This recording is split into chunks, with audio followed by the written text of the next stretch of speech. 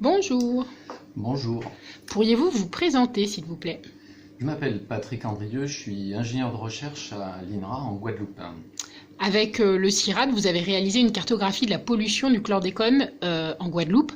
Quand cette cartographie a-t-elle été réalisée et à la demande de quelle institution ce travail a-t-il été conduit et pour répondre à quels besoins? Alors c'est un travail qui a été réalisé entre septembre 2014 et 2018.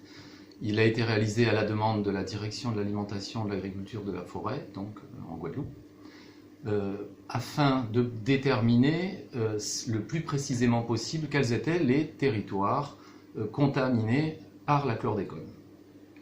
Alors, il existe deux types de cartes, une cartographie des risques et une cartographie de la pollution.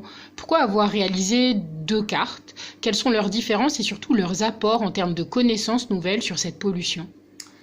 Alors, faire une carte de la contamination des sols par la chlordécone, ça veut dire faire des prélèvements, des analyses de sol.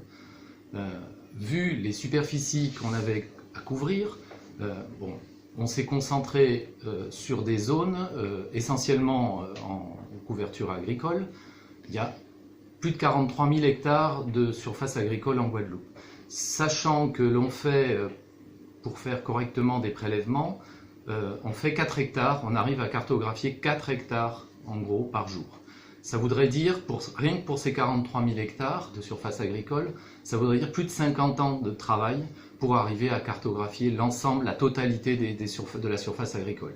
Donc on est parti avec une autre idée, on est parti avec l'hypothèse que comme la chlordécone elle se fixe sur la terre, lorsqu'elle est entraînée par la pluie, le ruissellement, l'infiltration, lorsqu'on la retrouve dans les rivières, à partir du moment où on trouve en un point dans une rivière de la chlordécone, c'est qu'à l'amont de ce point, il y a des zones contaminées, des territoires contaminés. Alors, je crois que vous avez des cartes sur votre bureau. Est-ce que vous pourriez nous les présenter? Alors, on a fait une première carte, donc la cartographie, pour arriver à la cartographie réelle des sols contaminés. Donc, partant de cette hypothèse-là, nous avons fait donc des analyses aux exutoires, donc dans les rivières de toute la Guadeloupe, Basse-Terre et Grande-Terre. Alors, vous voyez ici tous les points où il y a eu un prélèvement. Vert, c'est qu'on n'a pas trouvé de chlordécone, et rouge, c'est qu'on a trouvé de la chlordécone. Donc, à partir du moment où on trouve de la chlordécone, on arrive donc à dessiner cette carte-là, où on montre donc les bassins versants, donc les rivières, mais la partie bassin versant, qui sont réellement contaminés. Donc, un point ici où on a trouvé, à l'exutoire de la rivière, on a trouvé de la chlordécone, ça veut dire que quelque part dans le bassin versant, on a des zones d'éther contaminées. Alors, c'est pas hyper précis, mais c'était la première étape nécessaire de circonscrire le plus précisément possible les zones où on a réellement de la chlordécone. Alors, partant de cela, on a fait une deuxième carte, une carte des risques. Alors, la carte des risques, c'est celle-là. On a actualisé la carte des risques de 2006 en utilisant d'autres éléments des rapports, des cartes qui existaient concernant les zones cultivées par la banane. On est parti de l'hypothèse que la chlordécone a été homologuée pour un usage strict concernant la banane, pour lutter contre le charançon donc, de la banane. Donc à partir de ce moment-là, on sait qu'il y a eu d'autres utilisations. Pour lutter contre la fourmi manioc, on sait que ce sont des quantités vraiment minimes, donc a priori pas grand risque de contamination. Il y a eu des usages détournés sur les vergers, sur le maraîchage. Très franchement, on n'a aucune donnée cartographique ou sous forme de rapport nous permettant de savoir dans quels endroits exactement a été utilisée la chlordécone.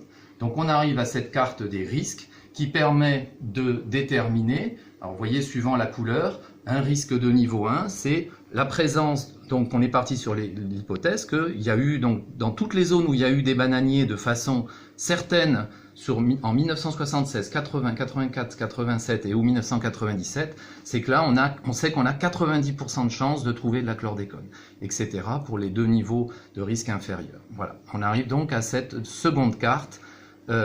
Partant de là, la DAF donc a synthétisé tous ces éléments-là, sachant qu'on a également une base de données avec des analyses qui avaient été faites précédemment. Là, dans le cadre de notre analyse, là, de notre rapport, nous avons fait plus de 500 analyses d'eau, donc complétées avec les analyses précédentes. La DAF a pu décliner cette carte-là pour synthétiser les deux informations, la carte des risques et la carte de contamination réelle. Alors vous avez ici un exemple, donc la carte a été déclinée commune par commune, et tout le monde peut consulter ces différentes cartes donc pour chacune des communes et pour la totalité de la Guadeloupe. Donc commune par commune, on a ce type de carte.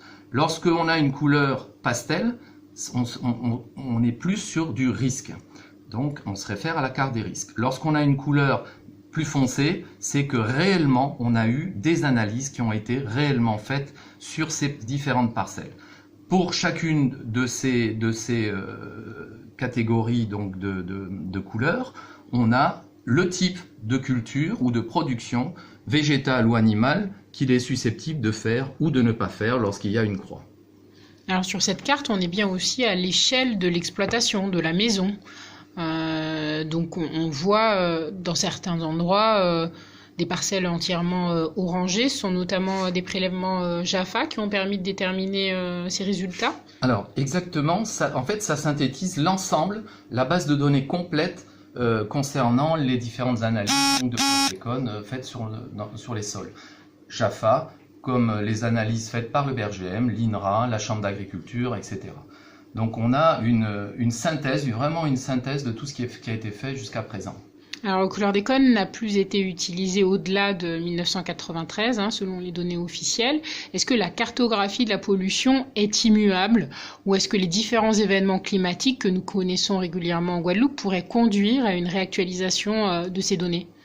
Alors, la carte, elle est immuable. Comment dire ? Elle va pas bouger à l'échelle d'un temps très très court. Et les événements climatiques, cyclones ou pas cyclones, ne vont pas modifier sensiblement cette carte. Aucune possibilité là-dessus, malheureusement.